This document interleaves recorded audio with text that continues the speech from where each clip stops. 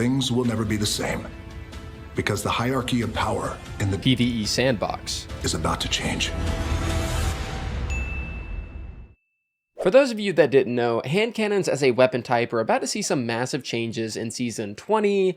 Well, we don't know yet, but I'd imagine it being the next. Bungie said in their most recent TWID, 𝗦𝗡𝗕𝗏, that hand cannons will be receiving the following: an increased reload stat by 15% that starts at 0 and has diminishing returns as it climbs to 100. So basically just more reload speed for just about every hand cannon, with the main ones being affected being 120s and 180s since their reloads are on the slow side. They then went on to say that they're increasing the damage of hand cannons in PvE against minor or red bar enemies by 20%, which is additive to the other 20% that we got back in Season 20, that's a lot of 20, and they're also increasing the damage against major or orange bar enemies by 75%. They said that they wanted to make these kind of weapons the primary equivalent of chunking down pretty high health bar enemies, and I already know that we're all thinking the same thing. They also alluded to a new hand cannon archetype being the heavy burst hand cannons, which sounds pretty amazing. Basically, they fire hard-hitting 2-round bursts, but that's besides the point. With you now knowing what kind of changes that hand cannons will be receiving in the future, I want to go over pretty much all of the notable hand cannons in the game right now, so that you can get an idea of which ones are really good, and you can hit the ground running when these buffs drop. First, I want to talk about Malfeasance, because not only is this hand cannon already really good, but it just recently got a new catalyst which gives it Vorpal Weapon, allowing it to deal more damage to bosses and champions. Now, if we're to assume that the hand cannon buff will be affecting exotic weapons, this could be pretty massive. Normally, Bungie makes it understood that exotics will receive general weapon type changes unless explicitly stated otherwise, like this example of Izanagi not getting the recent sniper damage buff. So assuming that this buff works with exotics, which it probably will, Malfeasance and Lucky Pants is about to be an even nastier combo whenever we take into account the 75% damage buff that we're getting to majors. And as you can probably see where I'm going with this, champions being considered majors means some absolutely off the charts level of damage whether you're using Lucky Pants or not. If this damage increase and interaction actually comes to fruition, Malfeasance could be one of the best champion killing weapons in the game going forward, so keep your eyes peeled and cop the catalyst from the Strike, Gambit, or Crucible playlist if you haven't already, and I'm pretty sure the Malfeasance comes from the Forsaken pack. Nation of Beasts. I got a few other exotics that I want to talk about in today's video, but let's switch it up and talk about a cult classic right quick, because Nation of Beasts just got quite the upgrade this season, with it being craftable and having new perks due to the Last Wish raid loot refresh. This is overall one of my favorite hand cannons in Destiny 2, and I'm super excited to take it for a spin again with these new buffs on the horizon. Nation comes with Dragonfly and Perpetual in the first column, with the second column featuring Explosive Payload, Kill Clip, and Volt Shot, and to be honest, any combination of those perks together is going to do you well. I've had mine crafted for a while but not leveled up, and I think I'm going to go the route of Explosive Payload and Dragonfly. That way I'll always have a flat damage buff on every shot, and whenever I do get headshot kills, I can get some ad clear to go with it. Fatebringer. I wanted to bring this one up next because Nation of Beast originally with its curated role was basically a D2 raid hand cannon mimic of the Fatebringer. But nowadays we have the Fatebringer in D2 and it's always been an absolute beast even before this upcoming buff. It comes from Vault of Glass, so free-to-play players rejoice, and it gets some of the best perks you could ever ask for. In the first column you have Explosive Payload, of course, but with the extra damage to majors coming soon, Rewind Rounds might be a nasty pick to maintain sustained damage on those high health targets. Alongside those perks, we also have Kill Clip, Frenzy, and Firefly in the second column, which are all fantastic as well. Rewind Frenzy could be pretty nasty in late game content, and Explosive, Kill Clip, Frenzy, or Firefly will put in work for you as well. Lumina. Lumina may be a fairly niche recommendation, but I wanted to make it anyways. This hand cannon allows you to pick up orbs from fallen enemies, which then allows you to hip fire noble rounds at your teammates, giving them a 35% damage buff. It's not exactly used all of the time, but can come especially in clutch when you're trying to inch out a one phase and harder content.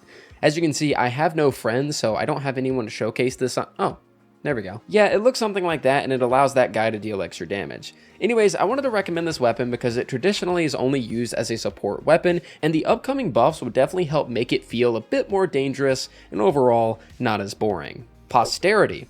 As someone that hates 180s, it's kind of hard not to recommend Posterity because it's already the best legendary 180, and it's getting even better very soon. It comes from the Deepstone Crypt and can get perks that no other 180 even comes close to replicating, hence why it's a step above the rest. Taking a look at the perks, I only truly recommend Volt Shot in that first column because we're able to then pair that great way of dealing damage and ad clear with even more damage perks, unlike on other weapons where Volt Shot usually takes the place of the traditional damage perks. You can't really combine them. So here I would go with Volt Shot and then pair it with either Rampage, Redirection, or Frenzy, and you have a pretty insane precision frame on your hands. I still do think that 180 should probably get a bump in damage that's completely separate from the other archetypes, but the weapon is still definitely worth mentioning. EYASLUNA. When it comes to stasis hand cannons, I feel like it can't get much better than EYASLUNA.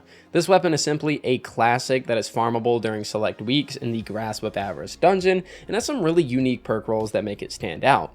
Most notably, Unrelenting and Headstone, as Unrelenting will actually proc off of a Headstone kill, which can come in clutch quite a bit in a firefight.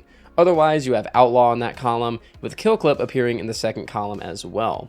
Stasis is kinda in a crummy state right now, even after the new addition of the Elemental Charge mod, but EYASLUNA is absolutely still a great pick regardless. SUNSHOT. Probably my favorite weapon in today's video. This is one of the outright strongest hand cannons in the game, especially if you're running a solar build on pretty much any class. It comes with the Sunburn trait, which states that Sunshot fires explosive rounds that also highlight targets. This also scorches enemies as of Lightfall's release. And we also have the Sun Blast perk, which states that targets killed with Sunshot will explode, and this can cause some pretty insane chain reactions between targets. Sunshot is a part of the base game, so it isn't that hard to get, and holy shit, I can only imagine the amount of carnage that you'll be able to cause when this thing gets even more damage. It's absolutely ridiculous. ZAOULI'S Bane. While on the topic of Sunshot, why don't we talk about its legendary version, the ZAOULI'S Bane from King's Fall. Now, if you're a player that just can't put down Gjallarhorn or Witherhoard or Arbalest, whatever it is, and if you're not willing to use your exotic slot for Sunshot, then ZAOULI'S Bane is quite literally the next best thing. This weapon gets the perk roll of Explosive Payload, aka Sunburn, as well as Incandescent, which can be enhanced, aka Sunblast, to essentially just create the perfect legendary Sunshot. Now, ZAOULI'S Bane won't have the intrinsic 40% damage buff to red bars that exotic primaries got like 9 months ago, but if you're wanting to replicate the experience without sacrificing an exotic slot, this is your gun. ERIANA'S Vow. Now, this one is definitely a strange one because ERIANA'S Vow isn't a primary weapon like the rest of the weapons in this video. Instead, it is special. It can be gotten from the exotic kiosk in the tower, and it specializes in anti-barrier capabilities. Now, if we take a weapon that intrinsically is an anti-champion option, and then add a massive damage boost that we're getting with the future buff, we have ourselves a pretty damn good gun. My hope is that ERIANA'S truly can get to shine in the limelight outside of solo �𝗓𝗏𝗔𝗏, because weapons like Arbalest and Wishender have truly knocked it down from greatness, and I believe that this has potential to make it come back very soon, so stay tuned for ERIANA'S, it might be pretty good. THORN.